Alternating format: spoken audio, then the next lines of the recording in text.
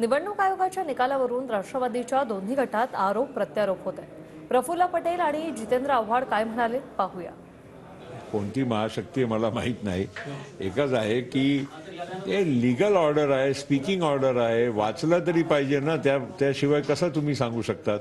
मी काय म्हणावं आता? पवार साहेब आदरणीय आहे, आमचे वंदनीय आहे, कुठे कार्यक्रम घेतील की नाही ते त्या विषयावर मी काय भाष्य करू? आणि प्रत्येकानं अधिकार आहे ना। ते आता प्रफुल्ल पटेल बोलले स्पीकिंग ऑर्डर आहे। अहो आम्ही वाटली ना स्पीकिंग, आम्हाला पण इंग्लिश येतं, आम्हालाही कळतं, पण प्रफुल्ल पटेलची निर्मिती कोणी केली? हाताला धरून दिल्लीमध्ये कोणी फिरवलं? तुम्ही लोकसभेत पडलात, त्याच्यानंतरही तुम्हाला विमान उड्डाण मंत्री केलं साहेबांनी, आणि ते पण इंडिपेंडेंट चार्ज, म्हणजे कॅबिनेट मंत्र्यासारखे सगळे अधिकार दिले तुम्हाला।